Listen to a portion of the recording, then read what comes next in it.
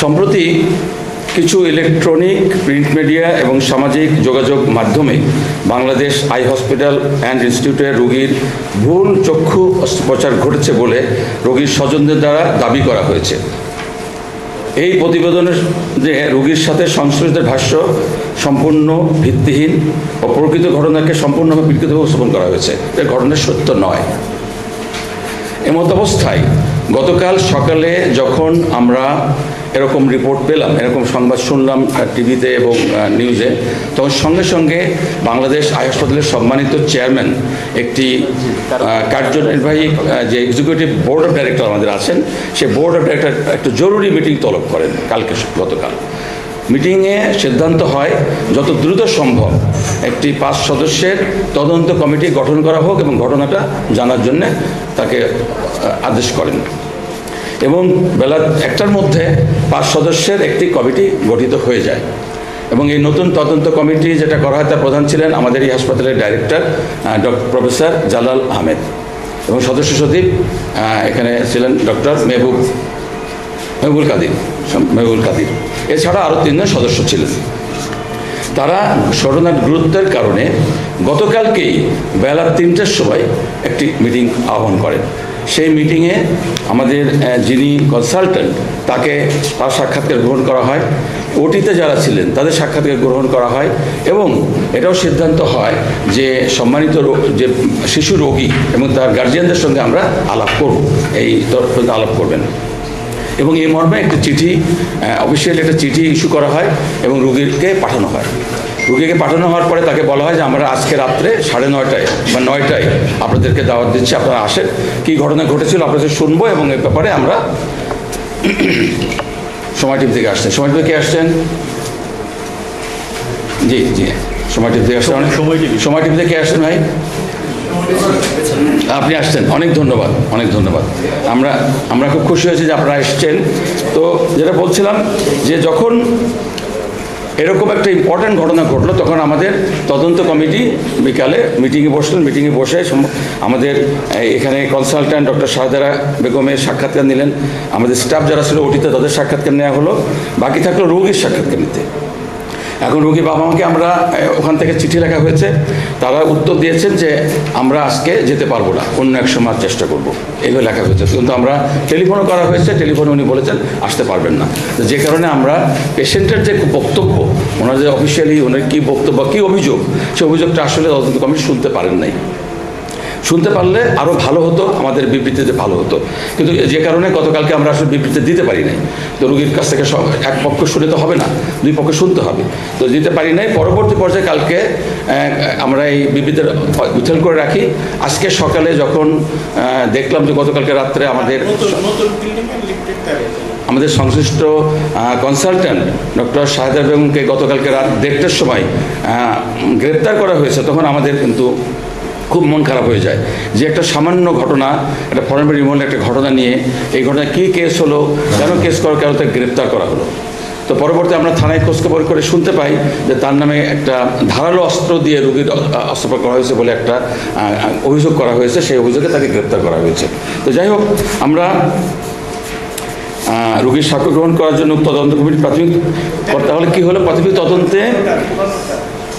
তদন্ত জানতে পারেন যে গত 14ই জানুয়ারি 2025 ইংরেজি তারিখে ইর্তিজা আরিজ হাসান নামে 18 মাস বয়সী একজন শিশু রোগী চোখের চিকিৎসার জন্য শিশু বিশেষজ্ঞ doctor Shahzara Begum consultant Bangla hospital and ইনস্টিটিউটের নিকট আসেন, এবং তিনি চোখের পাতার নিচে ফরেন বডি বা পাপড়ি ও কর্নিয়াল অ্যাব্রেশনের অস্তিত্ব খুঁজে পান, যা চোখের কর্নিয়ার ক্ষতির কারণ হতে পারে বিধায় তা বের করে আনার পরামর্শ প্রদান করেন।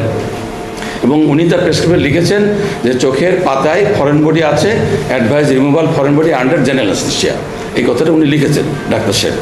এবং ডাক্তার সাহেব উনি ওই দিনের রোজা ছিলেন, যেহেতু রোগীটা অনেক কষ্ট পাচ্ছেন। আমরা শুনেছি যে আমাদের কনসালটেন্ট যারা বলেছেন যে উনি এর আগে লায়ন্স হসপিটাল দেখিয়েছেন, ইসলামিয়াতে দেখিয়েছেন, কয়েক জায়গায় দেখানোর পরে এখানে আসছেন। তো উনি বলেছেন বাচ্চাটা কষ্ট পাচ্ছে, আমি আজকে ওনাকে এটা বের করে দেবো, এই পাপিটা বের করে দেব।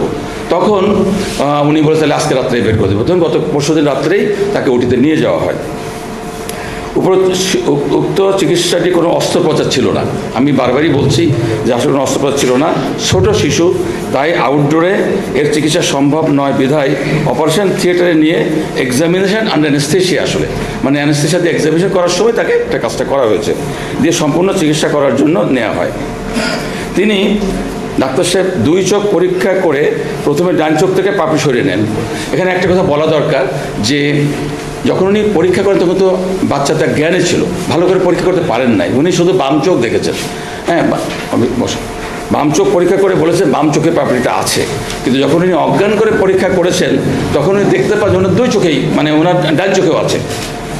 তো তখন উনি যখন পরীক্ষাটা করেন তখন ডান চোখে পাওয়াতে সঙ্গে সঙ্গে ডান চোখের এই একটা চুল ছিল, চুলটা বের করে দেন।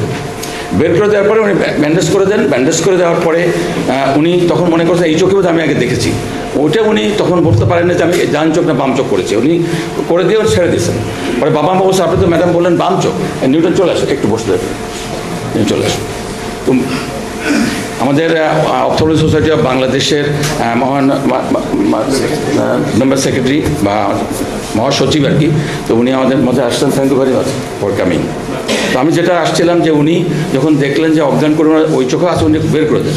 পরবর্তীতে বাবা মা বললেন আপনি তো বললেন বাম চোখে আছে, উনি বলছেন হ্যাঁ তাই তো, বাম চোখে তো ছিল, আসলে আমি বাম চোখটা করে দিই। এখানে ডাক্তার সাহেব বলছে আমার এটা আসলে ওই সময় করে দেওয়া হচ্ছে, আমি দেরি হয়ে গেছে করে দিচ্ছি। উনি আবার বাচ্চাটাকে নিয়েছেন। এখন বাচ্চাটা তো অ্যানেস্থেসিয়া দেওয়া ছিল, বাচ্চা এখনো জ্ঞান ফেরে নাই, ঠিক ওই অবস্থায় উনি নিয়ে খুব 2 মিনিটের মধ্যে আবার বাম চোখটা করে দিয়েছেন। করে দেওয়ার পরে ওই চোখে ব্যান্ডেজ করে দিয়েছেন। ব্যান্ডেজ করে দেওয়ার পরে বাবা মার কাছে দিয়ে বলেছেন যে এখন কোনো অসুবিধা নেই, 2 চোখে ক্লিয়ার করে দিয়েছি। তখন বাবা মা তেমন কিছু বলে না, বলেছে আপনি একটা ডিসচার্জ সার্টিফিকেট লিখে দেন। এইটাই ছিল ওনাদের কাছ থেকে কথা। ও আরেকটা কথা হলো যে যেহেতু বাচ্চা রোগী, ওনাদের সাধারণত ফরেন বডি রিমুভ করে আমরা কোনো ব্যান্ডেজ দিই না, নর্মালি দিই না, কিন্তু বাচ্চা রোগী তো, আর ওনার চোখের অ্যাব্রেশন ছিল। অ্যাব্রেশন দিলে তো আমরা সবাই চোখের ডাক্তাররা জানি যে একটা ব্যান্ডেজ করতে হয়, কিন্তু সেই ব্যান্ডেজ করতে বাচ্চা রাখবে না, তো ওনাকে ব্যান্ডেজ করে বড় করে বেঁধে দেওয়া হয়েছে। জিনিসটা দেখতে অনেক বড় মনে হয়েছে, আসলে আর কিছু না। তো চোখের উপরিভাগের ঘর্ষণজনিত সমস্যা বা কর্নিয়াল অবস্ট্রাকশন থাকায় দ্রুত নিরাময়ের জন্য ওই শিশুটির চোখ ব্যান্ডেজ করে দেওয়া হয়। এটি এই ধরনের চিকিৎসার স্বীকৃত প্রচলিত পদ্ধতি, যেটা আমাদের চোখের ডাক্তার সবাই জানেন, যা কোনো অস্ত্রোপচার বা অপারেশন নয়। পরবর্তী চিকিৎসা ব্যবস্থা যথাযথ অনুসরণ করা হলে শিশুটির চোখের কোনো সমস্যা হবে না ইনশাআল্লাহ। শিশুটির সাথে সাথে চিকিৎসার সাথে সাথে শিশুটির সাথে থাকা বাবা মাকে পরবর্তী চিকিৎসা ব্যবস্থা পুরোপুরি বুঝিয়ে দেওয়া হয়, কিন্তু রোগীর মা বাবা এবং আত্মীয় স্বজন চিকিৎসা প্রক্রিয়ার পুরো অংশটি বুঝতে ভুল করেন। এই আমাদের চেয়ারম্যান সাহেব আসতে চলে আসছে, দেখেন ডক্টর মাহবুব চলে আসছে, দেখেন হ্যাঁ চলে আসছে।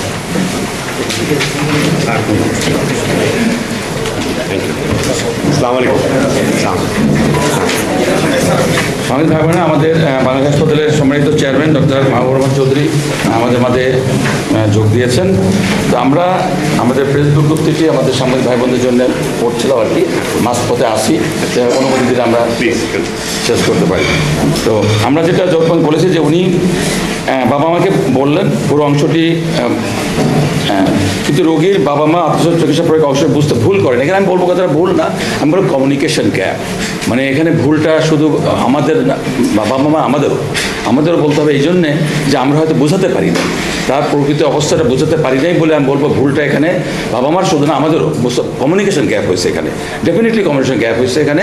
এই জন্য আমরা মনে করি, আমরা দুঃখিত ফর দ্যাট যে এখানে কমিউনিকেশন গ্যাপটা হয়েছে এখানে। এই জিনিসটা আসলে পরবর্তী পর্যায়ে যখন রোগীরা সাংবাদিক ভাই বোনদের বলেছেন, তারা হয়তো অন্যভাবে জিনিসটাকে নিয়েছেন। আমার মনে হয় গ্যাপটা এখানেই হয়েছে, এখানেই গ্যাপটা হয়েছে, যেটা আমরা যদি আরও একটু ব্যাখ্যা করতাম রোগীর বাবা মার সঙ্গে, হয়তো বা এই কমিউনিকেশন গ্যাপটা হতো না, আজকে এই ধরনের ভুল বোঝাবুঝিটা হতো না। যাই হোক, তারা রোগীর বাবা মা পরবর্তীতে তদন্ত কমিটির কাছে কোনো অভিযোগ না দিয়ে থানায় মামলা দায়ের করেন যে ধারালো অস্ত্র দিয়ে শিশুর চোখে ক্ষতি করা হয়েছে। আমরা থানা থেকে মামলাটার এফআইআরটা নিয়েছি, কপি নিয়েছি, সেখানে লেখা হয়েছে যে শিশুটিকে ধারালো অস্ত্র দিয়ে শিশু চোখে ক্ষতি করা হয়েছে। আপনারা শুনলেন যে একটা ফরেন বডি ইনকোয়েস্ট, একটা ফর্সে যে কোনো অস্ত্রও নয়, অস্ত্রোপচার কিছুই না, সেখানে এই কথাটা তো আসলে সত্য নয়। এই কথাটা দিয়ে হয়তো তাকে গ্রেপ্তার করা হয়েছে, এই কথাতে নাজেহাল করা হয়েছে, কিন্তু আসলে সত্য নয়। এই ধারাটা তো মোটেই ঠিক হয়নি, আমি মনে করি মোটেই ঠিক হয়নি। অথচ তদন্ত কমিটির পক্ষ থেকে কয়েকবার যোগাযোগ করা হলেও বাবা মা আসতে বা সহায়তা করতে অপারগতা প্রকাশ করেন।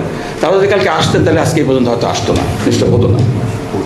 যার ফলে বাংলাদেশ আই হসপিটাল ইনস্টিটিউটের মতো স্বনামধন্য প্রতিষ্ঠানের পুরো চিকিৎসা ব্যবস্থা নিয়ে যা যা বলেছেন তা ভিত্তিহীন অপপ্রচারের শামিল। পরবর্তীতে বৃহস্পতিবার দিবাগত রাত 1টায় পুলিশ ডাক্তার শাহেদা বেগমকে গ্রেপ্তার করেন। কোনো চিকিৎসকের কেন কোনো তদন্ত প্রতিবেদন ছাড়া চিকিৎসার জন্য গ্রেপ্তার করা অত্যন্ত বেদনাদায়ক এবং বাংলাদেশের স্বাস্থ্য ব্যবস্থার জন্য হুমকি স্বরূপ। কারণ আমরা মনে করি একজন চিকিৎসকের ব্যবস্থা কোনো কমপ্লেন হতেই পারে, কিন্তু সেই কমপ্লেনটা সঠিক কিনা সেটা তদন্ত না করে, বিচার না করেই তাকে গ্রেপ্তার করলে এটা তো আমরা মনে করি না এটা সঠিক বলে আমরা মনে করি না। কোন আইনে করা হয়েছে আমরা সেটা জানি না, আমরা জানতে চাই। আমরা তীব্র নিন্দা জানাই এবং ভবিষ্যতে এরকম কোনো তদন্ত ছাড়া গ্রেপ্তার হলে সেটা কোনোভাবেই কাম্য নয়। বাংলাদেশ আই হসপিটাল অ্যান্ড ইনস্টিটিউটের পক্ষ থেকে ঘটনার সুষ্ঠু তদন্ত সাপেক্ষে অতি উৎসাহিতের ব্যাপারে তড়িৎ আইনি ব্যবস্থা নেওয়ার অনুরোধ করা হচ্ছে এবং ভবিষ্যতে এহেন ঠুনকো অভিযোগ এনে কোনো চিকিৎসককে আর যেন হয়রানি না করা হয় সেজন্য সরকারের প্রতি জোরালো আহ্বান জানানো হচ্ছে। Bangladesh eye hospital and institute স্বচ্ছতা, জবাবদিহিতা ও মানসম্মত চিকিৎসা প্রদানে প্রতিশ্রুতিবদ্ধ। এই বিষয়ে বা অন্য কোনো বিষয়ে আরও প্রশ্ন থাকলে বা সঠিক তথ্য প্রয়োজন হলে দয়া করে আমাদের অফিসিয়াল প্রতিনিধির সাথে যোগাযোগ করার জন্য অনুরোধ জানানো হচ্ছে।